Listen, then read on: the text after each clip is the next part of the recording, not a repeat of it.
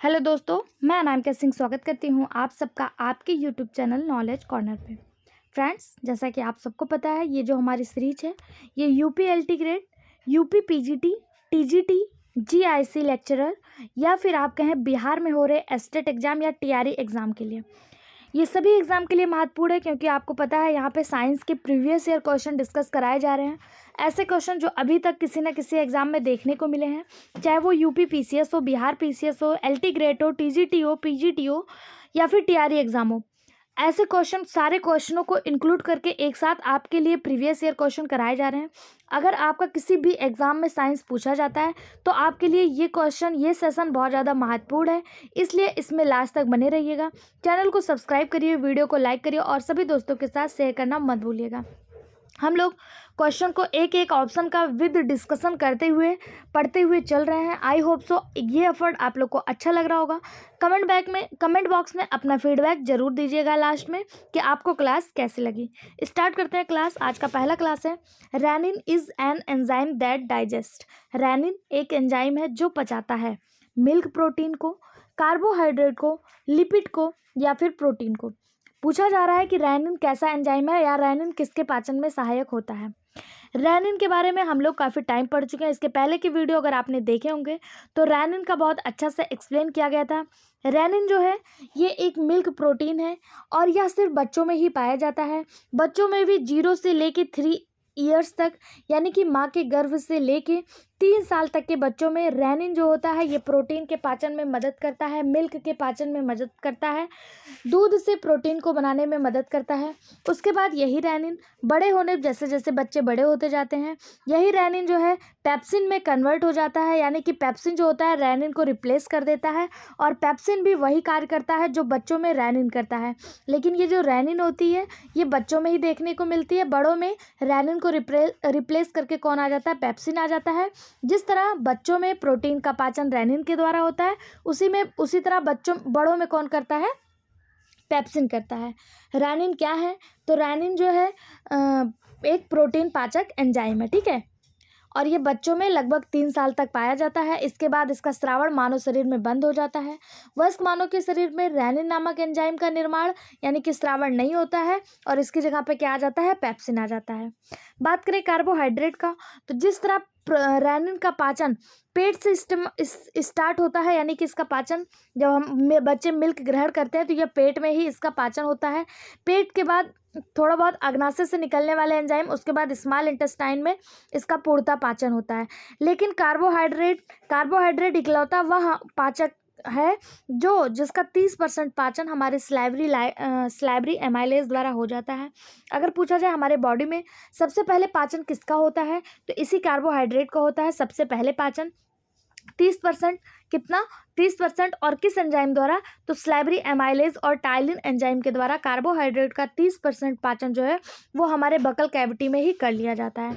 बात करें लिपिड की, तो लिपिड का पाचन स्मॉल इंटेस्टाइन में होता है और अग्नाशयी लाइपेज एंजाइम और पित्त जिम्मेदार होता है, यानी कि जो अग्नाशय से निकलने वाला लाइपेज एंजाइम होता है और जो बाइल जूस आता है, यहाँ से पित्त आता है, ये दोनों मिलकर स्मॉल इंटेस्टाइन में लिपिड का जो है वो पाचन करते हैं। प्रोटीन के बारे में अभी आप लोगों ने देखा, प्रोटीन का पाचन बच्चों में रेनिन करता है और बड़ों में ये पेप्सिन करता है, ट्रिप्सिन करता है, काइमोट्रिप्सिन करता है। प्रोटीन का पाचन कई जगह पे होता है, ठीक है, लेकिन स्टार्ट कहाँ से होता है? स्टमक से होता है। इसका जो सही जवाब हो जाएगा वो ऑप्शन ए हो जाएगा, rennin is an enzyme that digest. अगला क्वेश्चन है, ये पीडीएफ फॉर्म में आपको हमारे टेलीग्राम चैनल पे मिल जाएगा। रिवीजन के लिए आपके लिए बेस्ट रहेगा। आप टेलीग्राम चैनल अगर नहीं ज्वाइन किए हैं तो इसी वीडियो के डिस्क्रिप्शन बॉक्स में आपको टेलीग्राम चैनल का लिंक मिल जाएगा। आप टेलीग्राम चैनल भी जरूर ज्वाइन करें। कोई भी डाउट हो तो आप कमेंट बॉक्स में बेझिझक पूछिएगा। मेरे द्वारा पर्सनली सारे कमेंट आपके लिए जाते हैं, ठीक है। अगला क्वेश्चन है, पित्ताशय से पित्त के निकलने के लिए जिम्मेदार हार्मोन्स कहलाता है। The hormones which is responsible for the release of bile from the gall bladder is called secretin, gastrin, cholecystokinin या फिर एंडोक्राइनिन। कि पित्ताशय से पित्त के निकलने के लिए कौन सा हार्मोन जिम्मेदार होता है। यानी कि पित्ताशय जो हमारा गाल ब्लैडर है उससे पित्त रिलीज होना है। जो पित्त बनाता कौन है? पित्त बनाता लीवर है। लीवर के जस्ट नीचे गाल ब्लैडर होता है। गाल ब्लैडर में पित्त जो होता है वो स्टोर होता है। लेकिन ये पित्त निकलेगा कैसे, इसको निकलने के लिए कौन सा हार्मोन जिम्मेदार होता है, वो क्वेश्चन पूछा जा रहा है। तो इसका सही जवाब हो जाएगा पित्ताशय से जो पित्त निकलने के लिए उत्तेजित करने वाला हार्मोन्स है वो है CCK। आपको आप कोलेसिस्टोकाइनिन के नाम से जानते हैं। ये जो है पित्त को ग्रहणी में छोड़ने के लिए पित्ताशय की चिकनी मांसपेशियों के संकुचन को उत्तेजित करता है। पित्त रस यकृत से बनने वाला एक क्षारीय एंजाइम और तरल पदार्थ है जो पाचन में सहायक करता है। कोलेसिस्टोकाइनिन कहाँ से निकलता है? तो यह अग्नाशय से निकलता है, स्मॉल इंटेस्टाइन से निकलता है, स्मॉल इंटेस्टाइन से निकलता है और यह पित्ताशय को उत्तेजित करता है कि यह जो है पित्त को छोड़े। ठीक है, अगर पूछा जाए कोलेसिस्टोकाइनिन निकलता कहाँ से है तो यह स्मॉल इंटेस्टाइन से निकलता है। यह कार्य क्या करता है?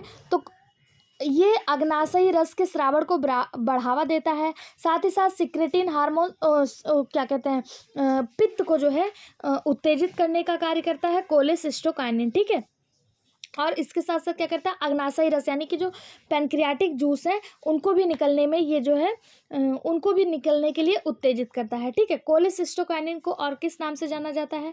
कोलेसिस्टोकाइनिन को CCK के नाम से जाना जाता है।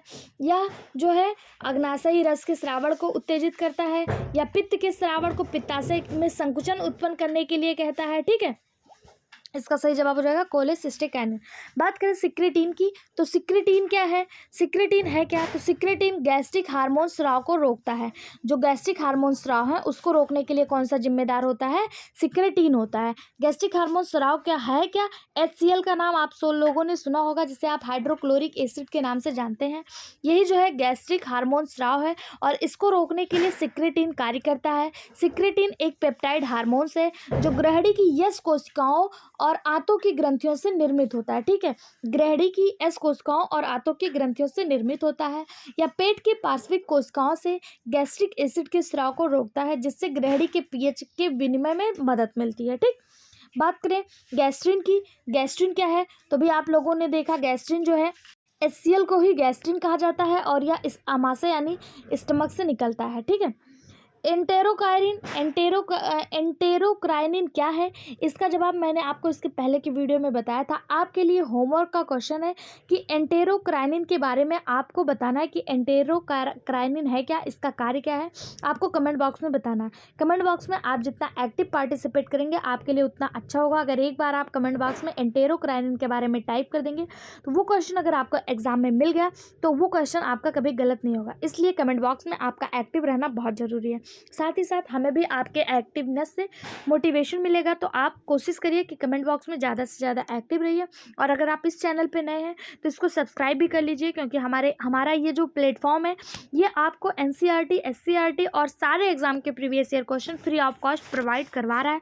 साथ ही साथ इंपॉर्टेंट बुक के डिस्कशन भी आपके लिए बिना किसी चार्ज के करवाए जा रहे हैं, तो आप इस चैनल को जरूर सब्सक्राइब कर लीजिएगा। ठीक है, अगला क्वेश्चन है, find out the correct matching pair from the following. निम्नलिखित में से सही सुमेलित युग्म ज्ञात कीजिए।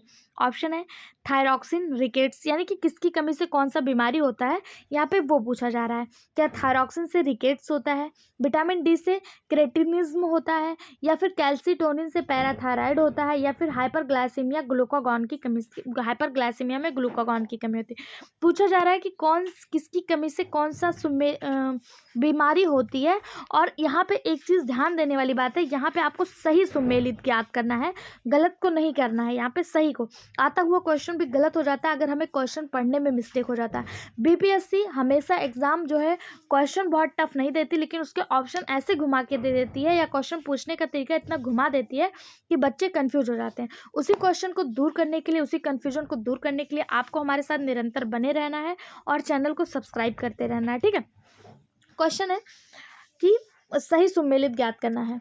Thyroxine rickets, vitamin D cretinism, calcitonin parathyroid, या फिर हाइपरग्लाइसेमिया ग्लूकागॉन। इसका जो सही जवाब हो जाएगा ये ऑप्शन डी हो जाएगा। हाइपरग्लाइसेमिया जो होता है इसमें इंसुलिन के अल्प स्राव के कारण हाइपरग्लाइसेमिया नामक रोग होता है और यह जो है मधुमेह मेलिटस के लक्षणों में शामिल होता है। ठीक है, हाइपरग्लाइसीमिया यही सही जवाब हो जाएगा। बाकी कैल्सिटोनिन जो होता है, कैल्सिटोनिन विटामिन डी और रिकेट्स किसकी कमी से होता है? थायरॉक्सिन की कमी से थायराइड होता है। रिकेट्स विटामिन डी की कमी से होता है। कैल्सिटोनिन की कमी से क्या होता है, ये आप जवाब में कमेंट बॉक्स में बताइएगा। ठीक है, अगला क्वेश्चन देख लेते हैं, एक बार देख लेते हैं। लैंगरहंस की आइसलेट की अल्फा कोशिकाओं द्वारा स्रावित ग्लूकागॉन रक्त शर्करा के स्तर को बढ़ाता है, जिसे हाइपरग्लाइसीमिया कहा जाता है। इसी को आप लोग डायबिटीज़ के नाम से भी जानते हैं। ग्लूकागॉन और इंसुलिन दोनों महत्वपूर्ण हार्मोन्स हैं जो आपके रक्त शर्करा को नियंत्रित करने में आवश्यक भूमिका निभाते हैं। ग्लूकागॉन रक्त शर्करा के स्तर को बढ़ाता है, जबकि इंसुलिन रक्त शर्करा के स्तर को कम करता है। ठीक, इंसुलिन का पर्याप्त उपयोग न होने से उच्च रक्त शर्करा यानी कि हाइपरग्लाइसीमिया हो सकता है, जिसे मधुमेह या फिर डायबिटीज़ कहा जाता है। मधुमेह के और बहुत से भी कारक होते हैं और बहुत से भी लक्षण होते हैं, जैसे आप लोगों ने नाम सुना होगा हाइपरफेगिया। हाइपरग्लाइसीमिया क्या होता है, इसमें जो होता है इंसुलिन के अल्प स्राव के कारण हाइपरग्लाइसीमिया होता है, यानी इंसुलिन का स्राव जो होता है वो कम हो जाता है, तब हाइपरग्लाइसीमिया होता है। एक होता है हाइपरफेगिया, ये भी एक प्रकार के डायबिटीज़ है, और इसमें क्या होता है, रोगी को अत्यधिक भूख लगता है, इसे हाइपरफेगिया कहते हैं। एक होता है ग्लूकोसूरिया। ग्लूकोसूरिया में क्या होता है, ग्लूकोज मूत्र के माध्यम से उत्सर्जित होने लगता है, जिससे शरीर में ग्लूकोज की मात्रा जो होती है वो कम होने लगती है। ठीक है, तो डायबिटीज़ अलग अलग प्रकार के होते हैं, इसे डायबिटीज़ मेलिटस के नाम से भी जाना जाता है। ठीक, इसका जो सही जवाब ऑप्शन डी हो जाएगा। अगला क्वेश्चन बीमारियों से पूछा गया है, विटामिन से पूछा गया है। विटामिन ए रेटिना में प्रोटीन के साथ मिलकर ज़्यादा उत्पाद बनाता है, यानी vitamin A combined with the protein in the retina to produce glaucoma, night blindness, rhodopsin या फिर colour blindness. Vitamin A retina में प्रोटीन के साथ मिलकर क्या बनाता है, यानी कि कौन सी बीमारी उत्पन्न करता है? देखिए, ग्लूकोमा, रतौंधी, रोडोप्सिन और कलर ब्लाइंडनेस, ये तीनों ही जो है आपके विटामिन ए की कमी से होने वाले रोग हैं। चाहे बात करें रतौंधी की, रतौंधी भी विटामिन ए की कमी से होता है, विटामिन ए को ही रेटिनॉल कहा जाता है। रोडोप्सिन की बात करें तो अगर बात करें नाइट ब्लाइंडनेस, एक मिनट, जिसे आप रतौंधी के नाम से जानते हैं, ये भी विटामिन ए की कमी से होता है। एक मिनट हो जाइए, पहले बात कर लेते हैं ग्लूकोमा की। ग्लूकोमा क्या है, तो इसमें नेत्र गोलक में श्लेष्म की कैनाल अवरुद्ध हो जाती है, यानी कि जो नेत्र गोलक होते हैं उसमें जो श्लेष्म की कैनाल होती है जो इसको जोड़े रखती है, जहाँ से श्लेष्म आता है, चिपचिपा पदार्थ आता है, म्यूकस आता है, वो जो है अवरुद्ध हो जाता है, इसी को ग्लूकोमा कहते हैं, और ये भी विटामिन ए की कमी से होता है। फिर बात करें रतौंधी की, रतौंधी भी विटामिन ए की कमी से होता है, जिसे रेटिनॉल कहा जाता है। ठीक है, ये भी विटामिन ए। फिर बात करें रोडोप्सिन की, तो रोडोप्सिन जो है ये नेत्र रेटिना की रॉड में एक बैगनी लाल रंग का जैविक वर्णक है और एक प्रोटीन युग्मित रिसेप्टर है, जिसे रोडोप्सिन या दृश्य बैगनी कहा जाता है, जो विटामिन ए का व्युत्पन्न है। इस प्रकार विटामिन ए रेटिना में प्रोटीन के साथ मिलकर रोडोप्सिन ए नामक उत्पाद बनाता है। ठीक है, रोडोप्सिन बनाता है विटामिन ए, और यही आपका सही जवाब हो जाएगा कि बनाता क्या है, रोडोप्सिन बनाता है। लेकिन रतौंधी, ग्लूकोमा और नाइट ब्लाइंडनेस ये तीनों विटामिन ए की कमी से होने वाला रोग है। नाइट ब्लाइंडनेस जो है, कलर ब्लाइंडनेस जो है, ये एक्स संलग्न पुनरावृत्ति आनुवांशिक रोग है। इस रोग में लाल तथा हरे रंग में विभेद नहीं हो पाता है, इसे कलर ब्लाइंडनेस कहते हैं। और रतौंधी यानी कि रात में नहीं दिखता, इसे नाइट ब्लाइंडनेस कहते हैं। ग्लूकोमा में जो नेत्र गोलक होता है, यहाँ पे म्यूकस की लेयर म्यूकस नहीं पहुंच पाता है, इसे ग्लूकोमा कहते हैं। ठीक है, ये और ये तीनों ही विटामिन ए की कमी से होने वाले रोग हैं। लेकिन विटामिन ए के साथ मिलकर प्रोटीन का निर्माण कौन करता है, रोडोप्सिन करता है। रोडोप्सिन है क्या, तो रोडोप्सिन जो हमारा आँख है उसकी रेटिना में पाया जाने वाला एक रॉड जैसी संरचना है, जो बैगनी लाल रंग का जैविक वर्णक और एक प्रोटीन युग्मित रिसेप्टर है। ठीक, अगला क्वेश्चन है, निम्नलिखित में से कौन मनुष्य में एक अवशेषी अंग है? Which one of the following is a vegetal organ in man? यानी कि वह कौन सा ऑर्गन है जिसका अब यूज मनुष्य के द्वारा नहीं किया जाता है, उसका पहले यूज होता था लेकिन अब उसका कोई यूज नहीं है। ऑप्शन दिया है कॉकलिया, हेयर, आईलिड या फिर बर्मी फॉर अपेंडिक्स। कॉकलिया जो है ये हमारे कान की संरचना है, हमारे कान में पाया जाने वाला एक स्ट्रक्चर है, या इंटरनल कान में पाया जाता है, और यह सर्पिल आकार का, यानी कि इस शेप में जो होता है, एक तरल पदार्थ से भरा अंग है जो सुनने के लिए महत्वपूर्ण होता है, तो इसका यूज़ तो हम लोग अभी कर ही रहे हैं। दूसरा है हेयर। हेयर का यूज है आप सभी को पता है, प्लक यानी कि आईलिड, आंखों के ऊपर पाई जाने वाली संरचना। अगर मान लीजिए ये ह्यूमन आई है तो इसके ऊपर जो यहाँ पे संरचना पाई जाती है इसको आईलिड कहते हैं। इसका यूज भी हम लोग करते हैं, ये भी आपको पता है।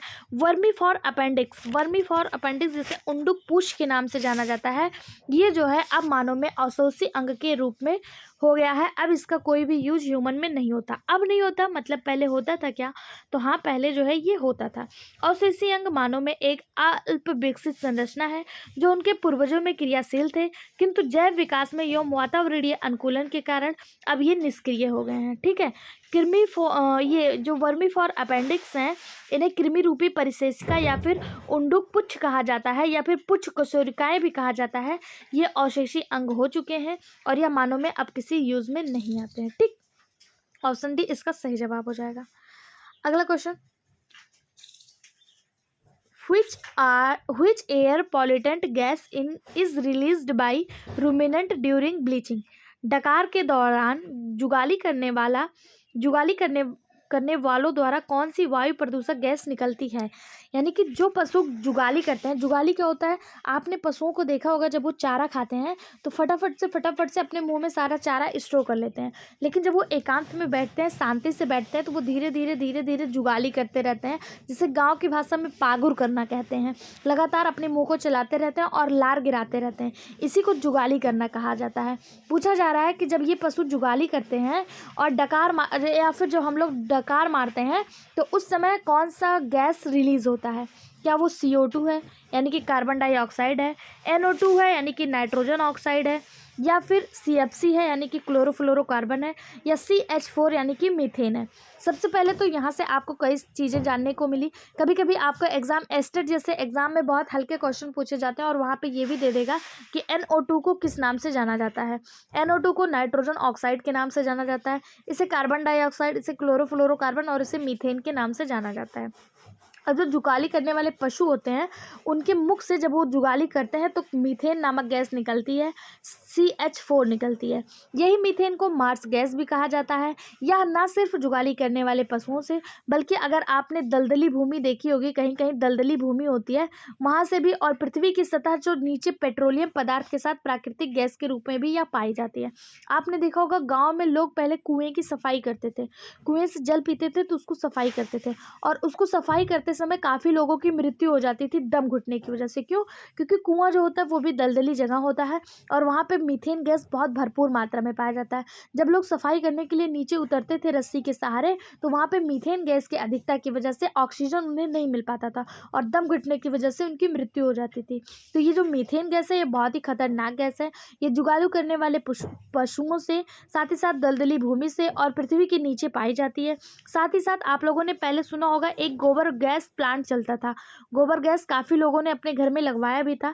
गोबर को एक ऐसे 2 बड़े बड़े बीकर बनाए जाते थे, इसमें घोल दिया जाता था, गोबर को इसमें घोल दिया जाता था और यहाँ पे एक टैंक लगा होता था। ये फुल जब गैस बनती थी तो ये टैंक जो है ऊपर की तरफ उठता चला जाता था और यहाँ से एक पाइप कनेक्टेड होती थी जो घरों में जाती थी और यहाँ से गैस जो है वो जलने का कार्य करता था।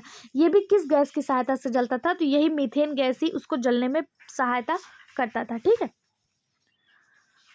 अगला क्वेश्चन है, स्तनधारी जल पी सकते हैं और इसके द्वारा प्राप्त भी कर सकते हैं।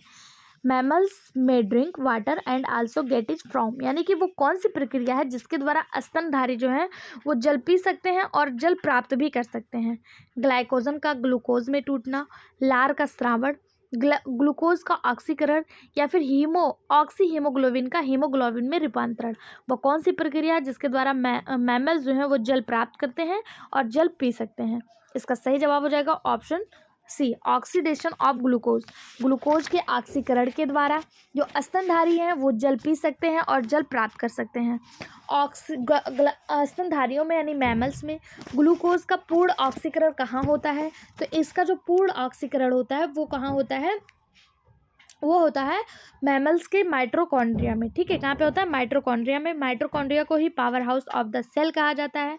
माइटोकॉन्ड्रिया में क्रिस्टी जैसी संरचना देखने को मिलती है और ये जो है एटीपी का निर्माण करता है और ग्लूकोज का पूर्ण ऑक्सीकरण यहीं पे होता है।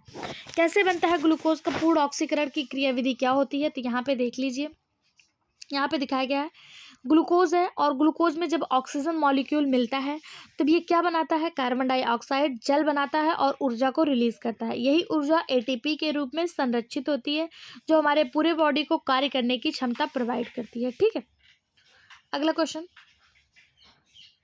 निम्नलिखित कथनों पर विचार करना है। कथन दिया है शाकाहारी जंतु सेलुलोज को पचा सकते हैं। दूसरा दिया है ऐसे जंतुओं में उंडुक में विशेष प्रकार के जीवाणु होते हैं। देखिए अभी हम लोगों ने देखा था जो हमारा उंडुक है जिसे हम सीकम के नाम से जानते हैं, इसमें एक विशेष प्रकार के जीवाणु होते हैं।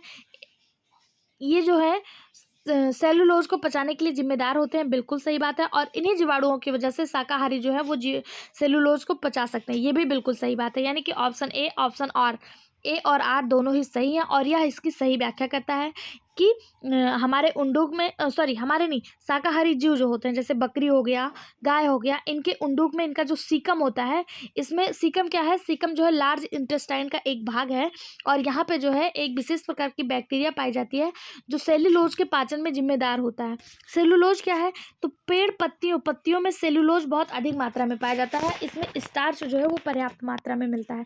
इसी सेलुलोज के पाचन के लिए इसमें एक विशेष प्रकार की बैक्टीरिया पाई जाती है जो इसका पाचन करने के लिए जिम्मेदार होता है। ठीक है, सीकम के अलग अलग जीवाणुओं को अलग अलग जीवों में पाए जाते हैं। जैसे सेलुलोज के पाचन में कौन जीवाणु, जैसे अभी ये कौन कौन सी बैक्टीरिया हैं, मान लीजिए दीमक है, कोई दीमक, इसने सेलुलोज खाया। सेलुलोज इसको कहाँ से मिला, दीमक आपको पता है लकड़ी के सारी चीज़ों को खा जाता है, लकड़ी से बने फर्नीचर, बेड वगैरह, चेयर वगैरह को ये खा लेता है। तो लकड़ी में जो है वो सेलुलोज भरपूर मात्रा में पाया जाता है। तो दीमक के उंडुक में, दीमक के सीकम में एक मैस्टिगोफोरन नामक बैक्टीरिया पाई जाती है।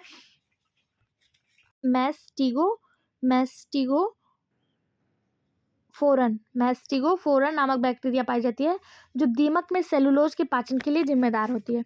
अगर बात करें बकरी, गाय, इन सब में कौन सी बैक्टीरिया पाई जाती है जो सेलुलोज का पाचन करती है, तो इनके पेट वाले हिस्से को रूमेन कहा जाता है। जो बकरी हो गया, गाय हो गया, इनके पेट का ये हिस्सा जो बड़ा पार्ट होता है जिसे हम लोग स्टमक कहते हैं, आमाशय कहते हैं, इनके पेट वाले हिस्से को रूमेन कहा जाता है और इनके रूमेन में रूमेनोकोकस नामक बैक्टीरिया पाई जाती है जो सेलुलोज का पाचन करती है। इसी तरह अन्न में जो होता है बैसिलस सबटिलिस नामक बैक्टीरिया होती है जो सेलुलोज के पाचन में जिम्मेदार होता है। तो ऑप्शन ए और ऑप्शन आर दोनों ही इसके सही जवाब हो गए और यह इसकी सही व्याख्या करता है।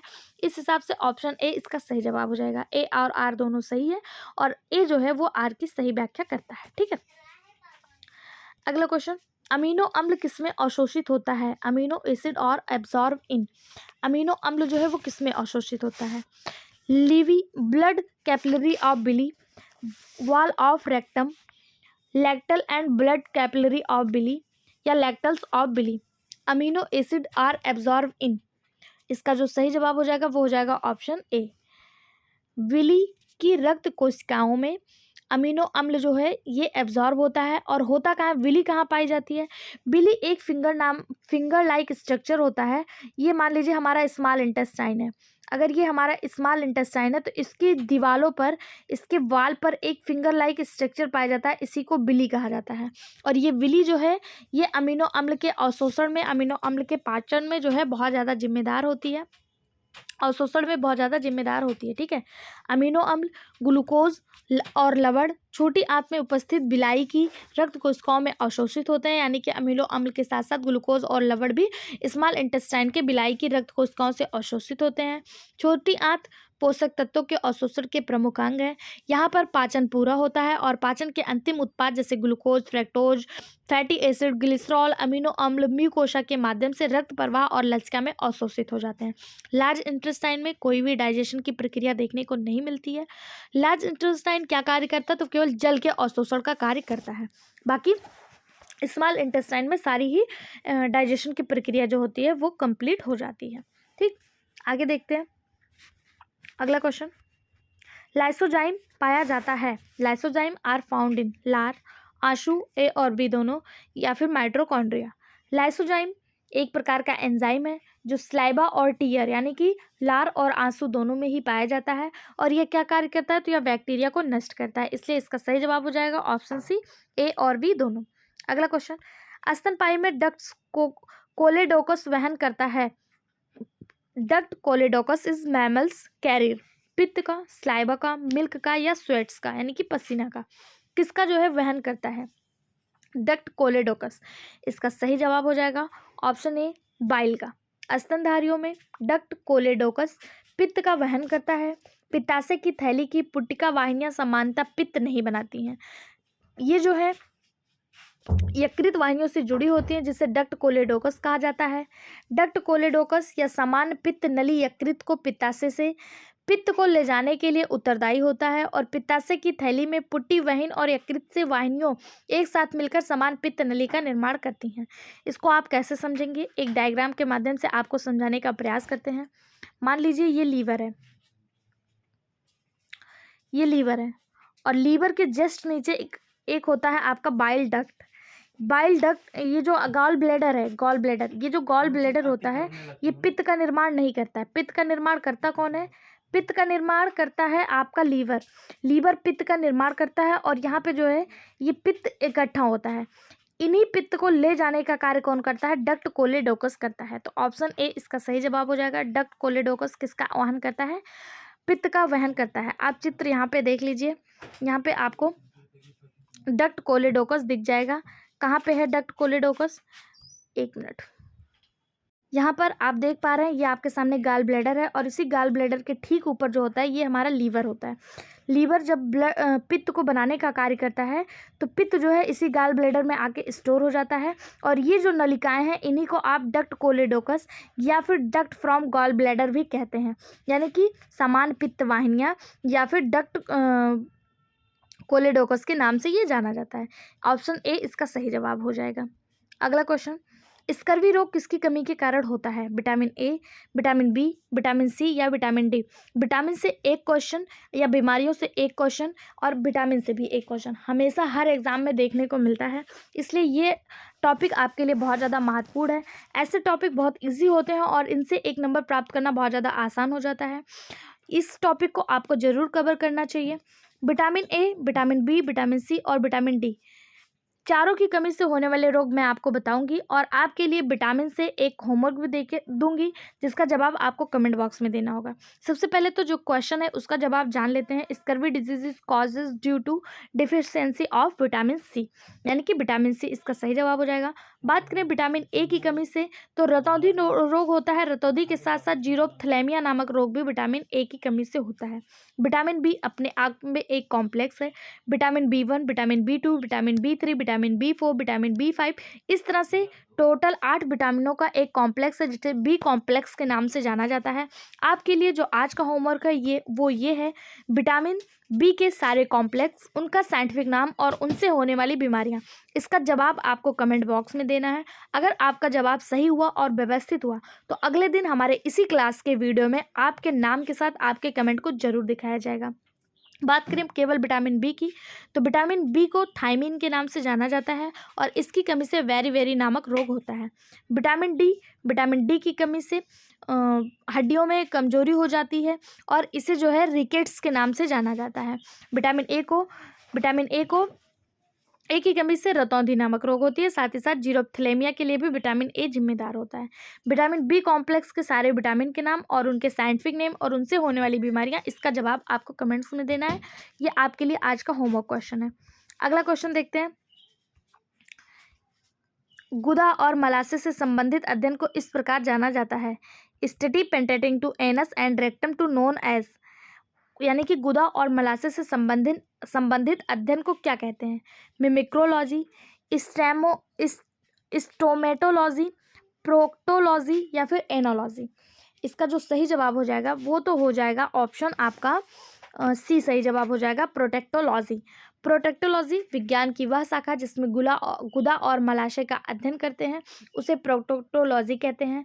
जबकि बात करें अगर मिमिक्रोलॉजी की, तो मिमिक्रोलॉजी क्या है, तो इसमें चींटियों का अध्ययन किया जाता है। जो चींटियाँ होती हैं इनके अध्ययन को मिमिक्रोलॉजी कहा जाता है। और मिमिक्रोलॉजी में चींटियों को वैज्ञानिक आधार पर जो है वैज्ञानिक दृष्टि से इनका अध्ययन किया जाता है। ठीक है, चींटियों मिमिक्रोलॉजी कीट विज्ञान की एक शाखा है। अगर हम लोग बात करें स्टोमेटोलॉजी की, तो इसमें मुंह, दांत, मसूड़े और उनसे जुड़ी संरचनाओं का अध्ययन किया जाता है। यह अध्ययन डेंटिस्ट्री के द्वारा किया जाता है, डेंटिशियन के द्वारा किया जाता है, और इसे क्या कहते हैं, स्टोमेटोलॉजी कहते हैं। ठीक है, स्टोमेटोलॉजी में किसका अध्ययन करते हैं, तो मुंह, दांत, मसूड़े और उनसे जुड़ी संरचनाओं का अध्ययन करते हैं। यह दंत चिकित्सक द्वारा वैज्ञानिक क्षेत्र है, दंत चिकित्सक का वैज्ञानिक क्षेत्र है। बात करें एनालॉजी की, तो एनालॉजी आप सभी जानते होंगे, यह गणित का एक पार्ट है और इसमें विभिन्न वस्तुओं, घटनाओं या अवधारणाओं के बीच को समझने के अध्ययन को इसका अध्ययन किया जाता है। उसके साथ साथ एनालॉजी गणित में भी पूछा जाने वाला एक पार्ट होता है। ठीक, प्रोक्टोलॉजी में एनस और रेक्टम का स्टडी किया जाता है, प्रोक्टोलॉजी। ऑप्शन सी इसका सही जवाब हो जाएगा। इस पीडीएफ में आपको जो सही जवाब है उसका एक्सप्लेनेशन तो मिल जाएगा, बाकी जो अलग से जो मैं एक्सप्लेनेशन दे रही हूँ वो आपको इस पीडीएफ में नहीं मिलेगा। उसके लिए आपको वीडियो को निरंतर देखना होगा और जो है वीडियो में लास्ट तक बने रहना होगा। अगला क्वेश्चन है, dentine of the teeth are developed from. दांतों के डेंटाइन का विकास होता है एक्टोडर्म और मेसोडर्म दोनों से, केवल मेसोडर्म से, एक्टोडर्म से या फिर एंडोडर्म से। दांतों के डेंटाइन का विकास किससे होता है, इसका जो सही जवाब हो जाएगा वो हो जाएगा ऑप्शन बी, मेसोडर्म से। दांतों के डेंटाइन का विकास किससे होता है, मेसोडर्म से होता है। लेकिन ये डेंटाइन है क्या, तो डेंटाइन जो है ये दांत का मुख्य भाग होता है। डेंटाइन एक गुहा को घेरता है जिसे लुगदी गुहा कहा जाता है। डेंटाइन स्रावित करने वाली कोशिकाओं को ओडोंटोब्लास्ट सेल कहते हैं। इनेमल को छोड़कर दांतों का सभी भाग मेसोडर्म से विकसित होते हैं। ठीक है, इनोमल किससे होता है, इनेमल ये हमारे दांतों का सबसे ऊपरी परत है और पूरे ह्यूमन बॉडी का सबसे कठोर भाग होता है और यह एक्टोडर्म के द्वारा निर्मित होता है। बाकी इसके अलावा दांतों में जो भी चीज़ों का निर्माण होता है वो जो होता है वो मेसोडर्म के द्वारा निर्मित होता है। और ये जो डेंटाइन का स्रावण कौन करता है, तो ओडोंटोब्लास्ट नामक कोशिकाएं जो है, ओडोंटोब्लास्ट नामक कोशिकाएं जो है वो डेंटाइन का स्रावण करती हैं। ठीक है, अगला question, goblet cell are characteristic of. Goblet कोशिकाएं किसकी विशेषता हैं, स्तनधारियों के श्लेष्म की आंतों की उपकला, मेढक के अस्थायी उपकला और ग्लूकागॉन का उत्पादन, लैंगरहंस की दूधिकाएं और ग्लूकागॉन का उत्पादन, निचली आंत के उपकला और जो वसीय अम्ल को अवशोषित करते हैं। यानी कि पूछा गॉबलेट सेल जो है ये क्या करती हैं, गॉबलेट कोशिकाएं हैं क्या, तो गॉबलेट कोशिकाएं स्तनधारियों यानी मैमल्स के श्लेष्म की आंतों की उपकला की विशेषता है। यानी कि इंटेस्टाइनल एपिथेलियम और मैमल्स म्यूकस जो है ये गॉबलेट सेल कहलाती हैं। ये करती क्या है, तो ये बलगम का स्राव करती हैं। और स्तनधारियों में गॉबलेट की कोशिकाएं उस अंग के अस्तर ऊतक में पाई जाती हैं जो बलगम पैदा करते हैं। ठीक है, यानी कि श्लेष्मा यानी कि म्यूकस का स्रावण करते हैं। तो ऑप्शन ए इसका सही जवाब हो जाएगा। अगला क्वेश्चन, अपने आहार में खट्टे फल और टमाटर को नियमित रूप से शामिल करने से निम्नलिखित में से की गई घटनाओं को रोका जा सकता है। यानी कि पूछा है, कहा जा रहा है, सिंपल से यहाँ पे कहने का प्रयास किया जा रहा है कि वह कौन सा चीज़ है जिसको आप अपने आहार मतलब खट्टे फल को अगर आप अपने आहार में शामिल कर लेंगे तो कौन सी बीमारी है जो आपको नहीं होगी। तो सबसे पहले जानिए कि खट्टे फल से कौन सी विटामिन प्राप्त होती है, तो खट्टे फल से हमें मिलता है विटामिन सी। और विटामिन सी की कमी से कौन सा रोग होता है, स्कर्वी रोग होता है। जब हम अपने आहार में खट्टे फल टमाटर को नियमित रूप से यूज करेंगे तो ना तो हमारे शरीर में विटामिन सी की कमी होगी और ना ही हमें स्कर्वी होगी। स्कर्वी क्या है, तो मसूड़ों में सड़न होना, मसूड़ों में बलगम आना, मसूड़ों से पस आना, मसूड़ों में बदबू आना, दांतों में सड़न होना, दांतों में नहीं मसूड़ों में, जिसे आप पायरिया के नाम से जानते हैं, यही स्कर्वी कहलाता है। ठीक है, बात करें अगर हम लोग vitamin very very vitamin B की कमी से होता है, विटामिन बी। और बात करें पिलाग्रा किसकी कमी से होता है, तो पिलाग्रा जो है ये विटामिन B3 की कमी से होता है। विटामिन B3 जिसे नियासिन या फिर निकोटीनामाइड के नाम से जाना जाता है, इसकी कमी से पिलाग्रा नामक रोग होता है। रिकेट्स विटामिन डी की कमी से होता है। किसकी कमी से, विटामिन डी की कमी से। आपके लिए होमवर्क का क्वेश्चन जो मैंने दिया है उसका जवाब मुझे उम्मीद है आप लोग कमेंट बॉक्स में जरूर देंगे, ठीक है। विटामिन बी की कमी से बेरी, विटामिन B3 की कमी से पिलाग्रा, विटामिन सी की कमी से स्कर्वी और विटामिन डी की कमी से रिकेट्स नामक बीमारी होती है, ठीक है। यूपीपीसीएस प्री 1995 में पूछा गया क्वेश्चन। इसके पहले भी मैंने विटामिन से आपको क्वेश्चन कराए थे, वो भी किसी न किसी एग्जाम में आए थे। तो विटामिन से क्वेश्चन कितने ज़्यादा इंपॉर्टेंट है ये आप देख सकते हैं कि प्रीवियस ईयर में आपको कितनी बार और कितनी तरह से घुमा के देखने को मिल रहा है। अगला क्वेश्चन है, which one of the following enzyme will not be able to break the peptide linkage. निम्न में से कौन सा एंजाइम पेप्टाइड लिंकेज को तोड़ने में सक्षम नहीं है। तो यहाँ पे वो एंजाइम देखना है जो प्रोटीन के पाचन में सहायक नहीं है। तो पेप्सिन, ट्रिप्सिन और रेनिन तीनों ही प्रोटीन के पाचन में सहायक होता है, जबकि टाइलिन जो है ये हमारे लार में पाया जाता है। और टाइलिन जो है ये कार्बोहाइड्रेट का पाचन करता है, ये पेप्टाइड का पाचन नहीं करता है, प्रोटीन का पाचन नहीं करता है, ठीक है। मनुष्य की लार में पाया जाता है टाइलिन, और यह किसका पाचन करता है, तो ये कार्बोहाइड्रेट का पाचन करता है, ठीक है। टाइलिन एंजाइम मुंह में मंड को शर्करा में बदलता है और म्यूसिन लुगदी को चिकना बनाता है, जिसके लिए भोजन की ग्रसिका को क्रमानुकुंचन गति मिलती है और आमाशय में पहुंच जाता है। क्रमानुकुंचन गति कहाँ होती है, तो हमारे ओसोफेगस में होती है। जो पैरासिस्टेलिक मूवमेंट होता है जिसके माध्यम से भोजन नीचे जाता है, इसी को लुगदी टाइप में और इसको म्यूकस देने का कार्य कौन करता है, यही टाइलिन करता है। तो इसका जो सही जवाब हो जाएगा वो ऑप्शन डी हो जाएगा, टाइलिन। बात करें पेप्सिन की, तो यह प्रोटीन पाचक एंजाइम है जो भोजन के प्रोटीन को पेप्टाइड में बदलता है। ट्रिप्सिन क्या है, तो ये भी प्रोटीन पाचक एंजाइम है। और टाइलिन क्या है, तो ये कार्बोहाइड्रेट पाचक एंजाइम है। रेनिन क्या है, तो ये 0 से 3 साल तक के बच्चों में पाया जाता है और बड़े होने पे पेप्सिन इसको रिप्लेस कर देता है, एडल्ट में या नहीं पाया जाता है। ये भी प्रोटीन पाचक एंजाइम है। अगला क्वेश्चन, रक्त शर्करा का समान स्तर से ऊपर चढ़ना है। The rise of blood sugar above the normal level is known as glycemia, hyperglycemia, aglycemia या फिर हाइपरग्लाइसेमिया। इसका सही जवाब जो हो जाएगा, देखिए यहाँ पे हाइपोग्लाइसीमिया दिया है और यहाँ पे हाइपरग्लाइसीमिया। मुझसे भी पढ़ने में गलती हो गई, हो सकता है आपसे भी हो जाए, इससे क्वेश्चन को ध्यान से पढ़ा करिए। यहाँ पे हाइपो दिया, यहाँ पे हाइपर दिया है, थोड़े से मिस्टेक से क्वेश्चन गलत हो जाएगा, ठीक है। मानव में जो रक्त शर्करा है ये ऊपर जब बढ़ता है ना, तो ऊपर चढ़ता है, ये जब ज़्यादा होता है तो इसी को हाइपरग्लाइसीमिया कहा जाता है। और मैंने इसको हाइपरग्लाइसीमिया पढ़ लिया था, आता हुआ क्वेश्चन भी ये गलत हो जाता है, ठीक है। मानव शरीर में समान रक्त के ऊपर रक्त की वृद्धि को हाइपरग्लाइसीमिया कहा जाता है। या यूरिन यानी कि मूत्र में ग्लूकोज यानी शर्करा की उपस्थिति को ग्लाइकोसूरिया कहा जाता है, ठीक है। इसी प्रकार रक्त शर्करा का स्तर समान स्तर से नीचे चले जाने की स्थिति तो हाइपोग्लाइसीमिया कहा जाता है। अगर रक्त जो है, रक्त स्तर यानी कि ब्लड जो शुगर है वो नीचे गया तो हाइपोग्लाइसीमिया और ऊपर गया तो हाइपरग्लाइसीमिया, ठीक है। और यहाँ पे ऊपर पूछा है तो वो क्या हो जाएगा, हाइपरग्लाइसीमिया हो जाएगा, ठीक। अगर बात करें ग्लाइसीमिया की, जो पहले ऑप्शन में दिया है ग्लाइसीमिया क्या होता है, तो ग्लाइसीमिया का ही मतलब होता है कि रक्त शर्करा यानी ग्लूकोज की मात्रा का कम ज़्यादा होना, यही होता है ग्लाइसीमिया। अब ये ग्लाइसीमिया जो होते हैं ये 2 टाइप के होते हैं। कितने टाइप के होते हैं, 2 टाइप के। ग्लाइसीमिया कितने टाइप के होते हैं, 2 टाइप के। और ये 2 टाइप कौन से हैं, एक तो आपका हाइपोग्लाइसीमिया और दूसरा है आपका हाइपरग्लाइसीमिया, ठीक है। एग्लाइसीमिया नामक कोई संरचना नहीं होती है, एक होती है हाइपोग्लाइसीमिया, जिसमें हाइपोग्लाइसीमिया में क्या होता है, ब्लड प्रेशर जो है यानी रक्त शर्करा जो है, ब्लड प्रेशर नहीं, ब्लड शुगर जो है ये नीचे आता है, तो इसको हाइपोग्लाइसीमिया कहते हैं।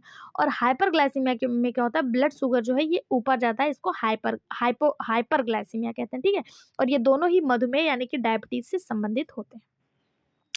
आई होप सो आपको सारे क्वेश्चन अच्छे से समझ में आ रहे होंगे। कहीं पे भी कोई भी कन्फ्यूजन हो तो आप कमेंट बॉक्स में बेझिझक पूछ लीजिएगा, मैं पर्सनली एक लोगों के कमेंट का रिप्लाई करूंगी। साथ ही जो मैंने आपको होमवर्क क्वेश्चन दिया उसे भी आप ज़रूर बताइएगा। अगर आपका जवाब सही हुआ और मुझे व्यवस्थित लगा तो नेक्स्ट वीडियो में आपके नाम के साथ आपके कमेंट को जरूर दिखाऊंगी। अगला क्वेश्चन है, night blindness is cause by the deficiency of. मनुष्य में रतौंधी किसकी कमी के कारण होता है।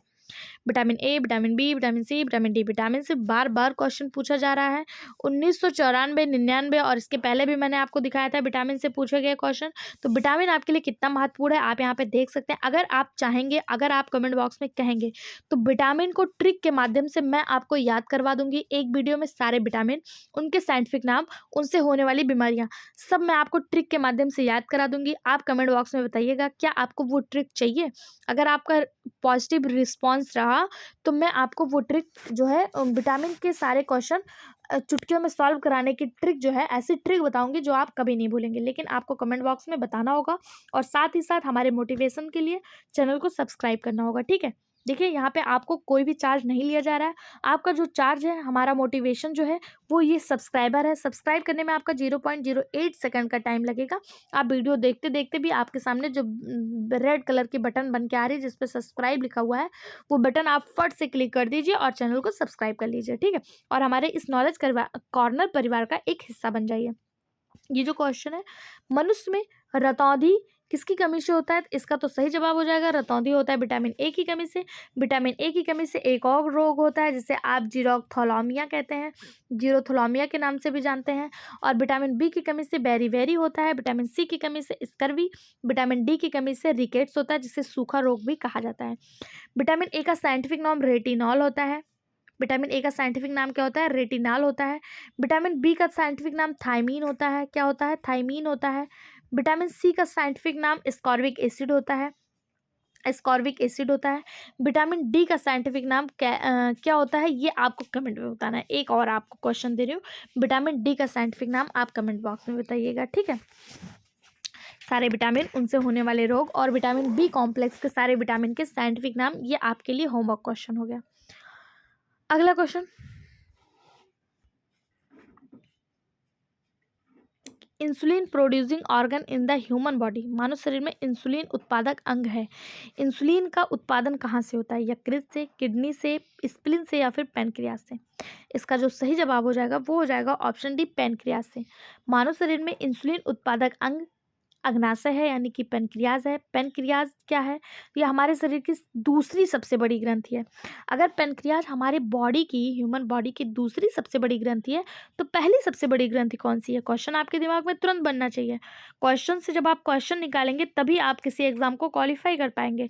अगर मैं बता रही हूँ कि पेनक्रियाज जो है ये ह्यूमन बॉडी की दूसरी सबसे बड़ी ग्रंथि है तो आपको क्वेश्चन पूछना चाहिए, मैम अगर ये दूसरी सबसे बड़ी ग्रंथि है तो पहली सबसे बड़ी ग्रंथि कौन सी होगी। तो पहली सबसे बड़ी ग्रंथि जो है वो लीवर है और दूसरे नंबर पे पेनक्रियाज आता है। पेनक्रियाज हमारे स्टोमक, जो मानो स्टोमक होता है, इसके ठीक नीचे एक पत्ती नुमा संरचना होती है।